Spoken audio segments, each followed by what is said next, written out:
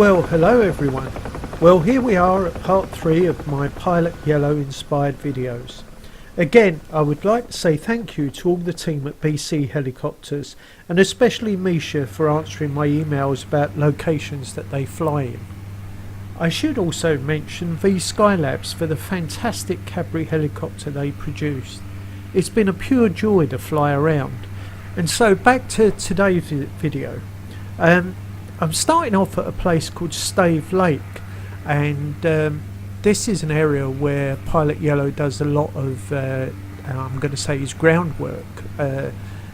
Obviously in the photo textures that we download, many of the locations that he's practicing autos and groundwork, they don't look good from low down, but from high above the view is generally very good.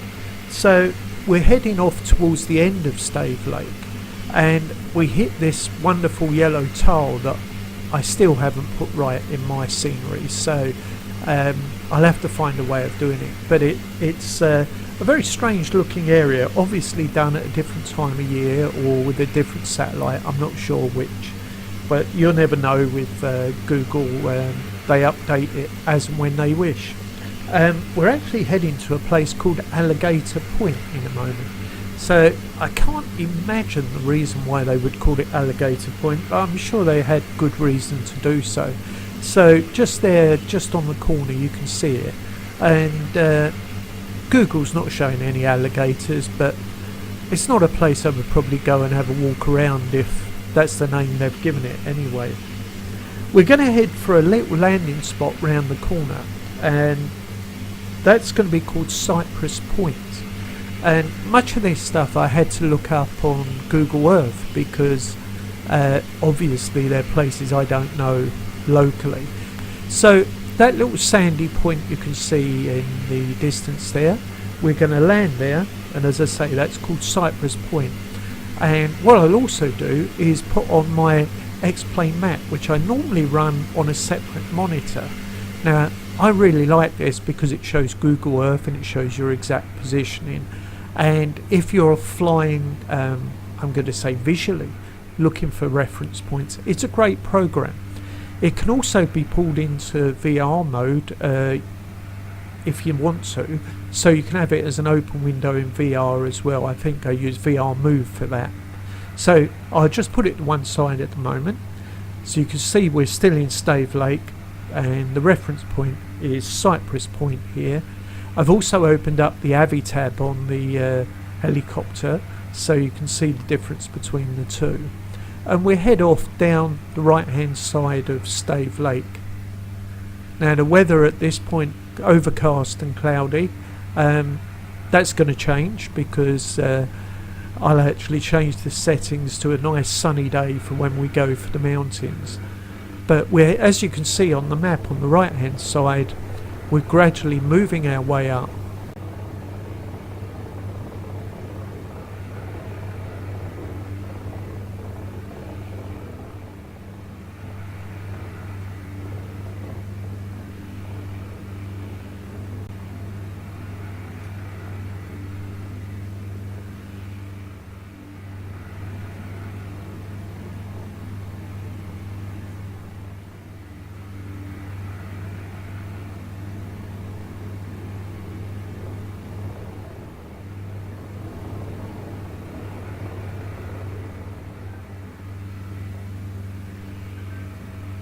And eventually we come to a point called Fir Point, and if we rotate round there, which we're just approaching at the moment, you can actually see Mount Robbie Reed, which was the last video that we did, and that alone is a fantastic sight. But this area is just full of just wonderful locations to fly in.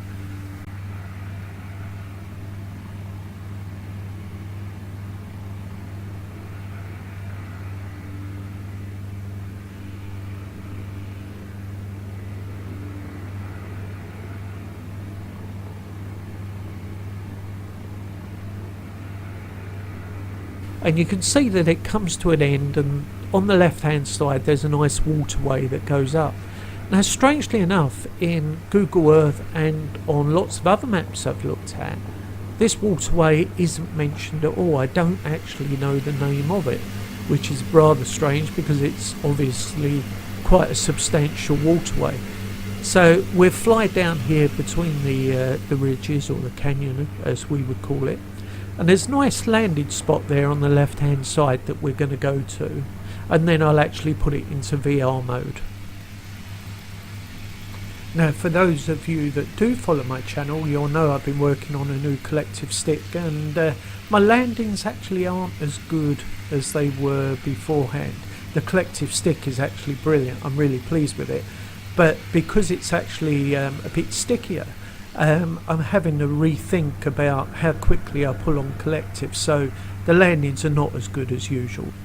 And so we finally make touchdown here, and you can see the pixelization of using the photo textures, but I think you put up with it because, as you can see there in the distance, once we achieve any form of height, the quality of the imagery is absolutely fantastic. So we'll head down here just a little bit, and then I'm doing this just to pick a bit of speed up, and then I'll actually return back and head back down the waterway, because the route to the mountain section we're going to go to is actually in a bit of a canyon there on the right hand side, and so I just wanted to pick some speed up, head down there, and we'll start our ascent up the mountain as we go here.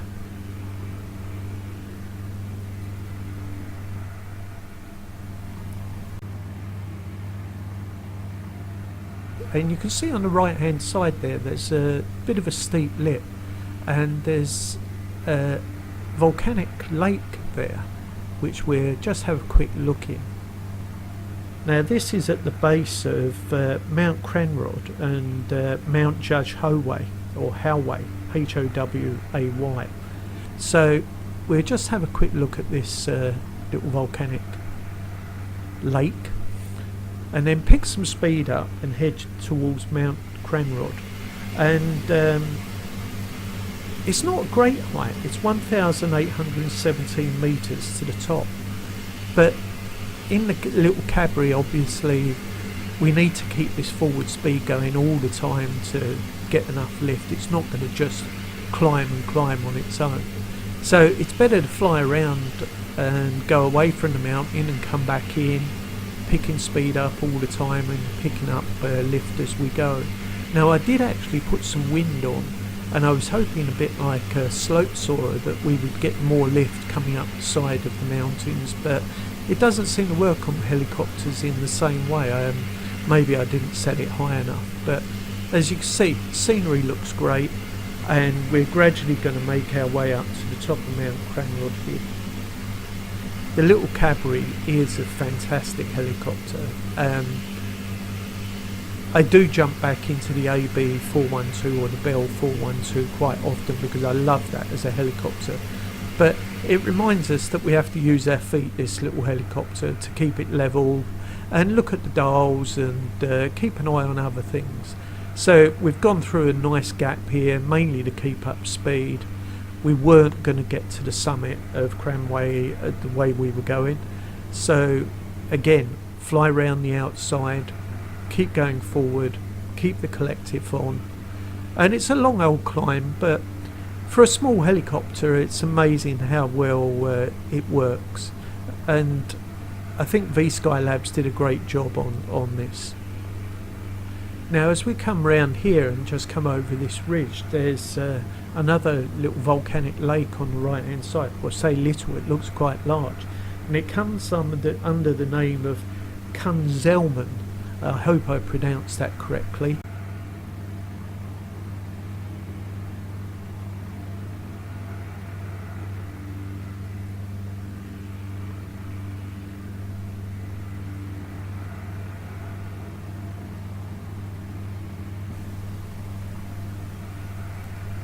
Now it's been a long old climb in the little Cabri here, and you do get a sense of achievement when you finally get up there, but here we are, and we're finally at the top of Mount Kranrod.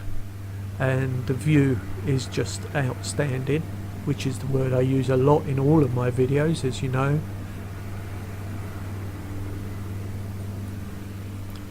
Right, so here we come round, bear left over this ridge, and we're going to go off towards Judge Howay, and that's Howay, and it stands at 2,262 metres high.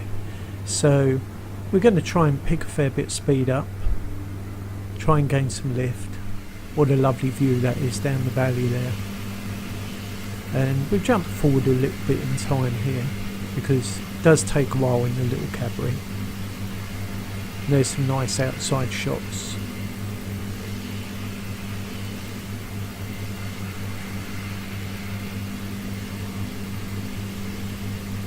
Now at some point I'll actually have to look up what is the maximum working height of this. I've seemed to remember from some of the Pilot Yellow videos that they were somewhere over 4,000 feet, but I'm sure there is an altitude limit for it, and we're probably not approaching it at all. It's just really the time it takes to get up to these heights when you're flying. So again, keeping a lot of forward speed on, coming around the side of the mountain here.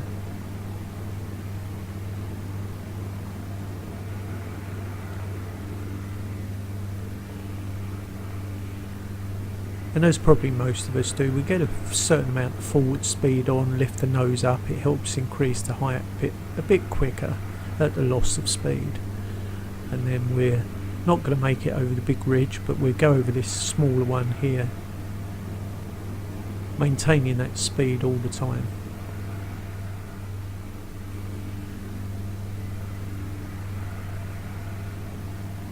This is obviously the darker side of the mountain today, and we'll go along again.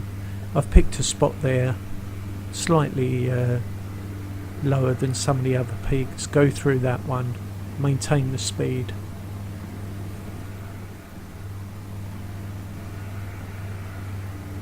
There's a good effect there, you can see of the rotor blades, so it's the helicopter angled over, which look very good. And there it is again.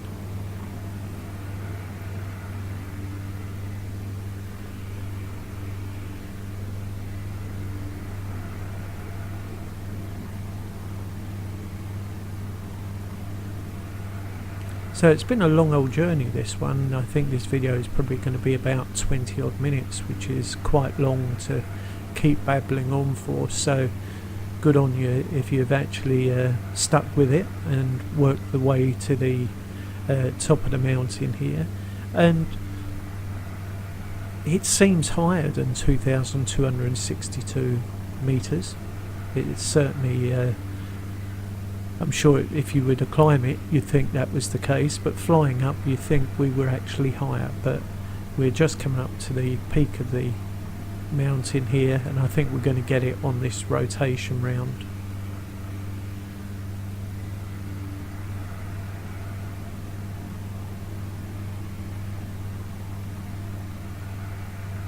And then we go look at that for a view.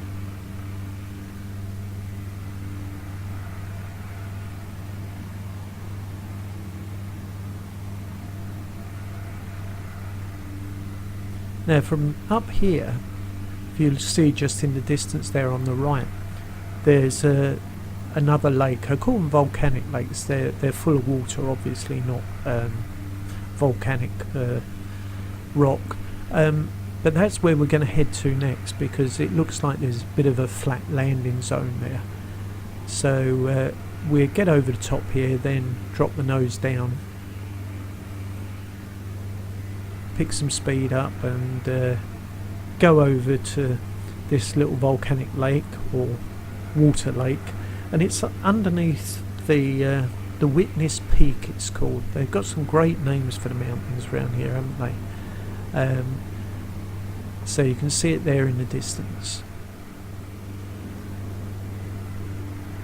and we'll head over there and hopefully find somewhere to land and maybe get out and do some shots separately.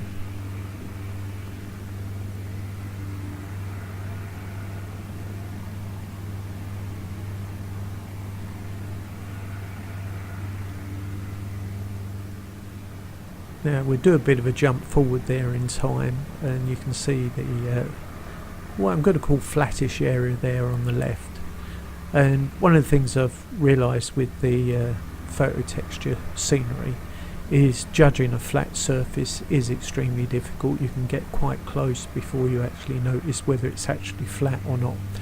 So what I'm going to do here is I'm going to nip over this ridge, then drop down on the other side and actually come up from underneath, and then look to see for a flat area from there so that we can get the Cabri down and hop out in virtual reality and have a look at it in the scenery. So as we come over here,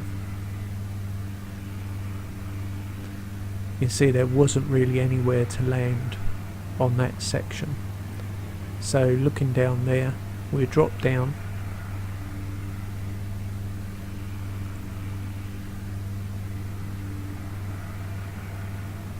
and then spin it round to the left and have a look and just see if we can see somewhere that looks a little bit flatter.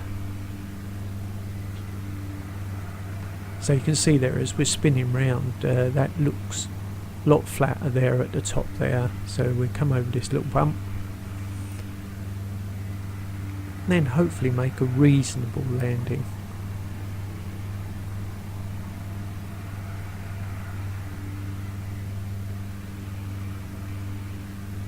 And that's Witness Peak in the distance there. So we jump out in VR as we can, take a few shots, have a look around the surroundings, jump over there,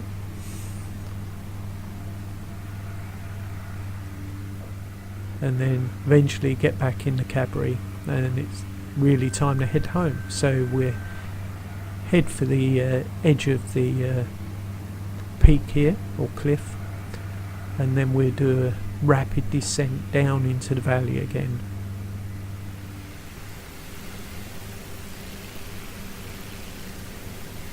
We'll bank it over and then drop the nose and the collective.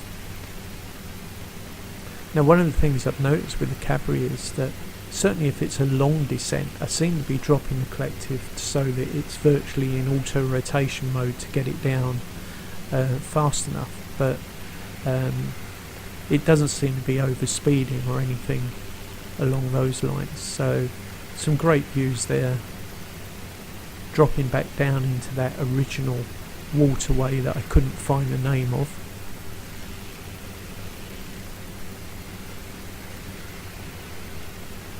And then once we get down there, we'll try some low flying along the riverbed.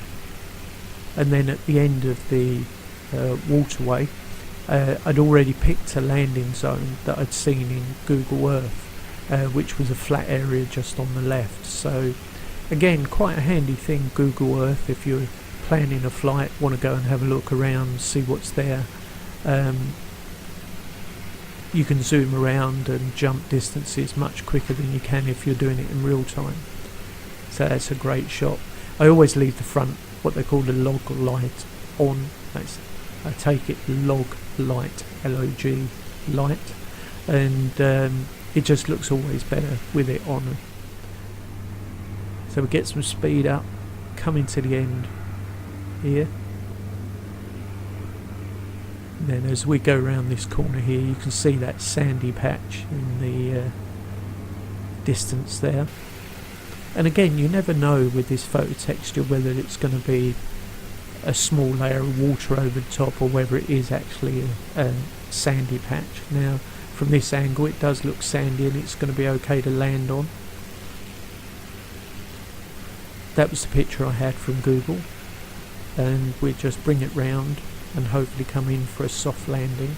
And then it only leaves me to say thank you very much for taking the time to watch the video. I hope you enjoyed it, and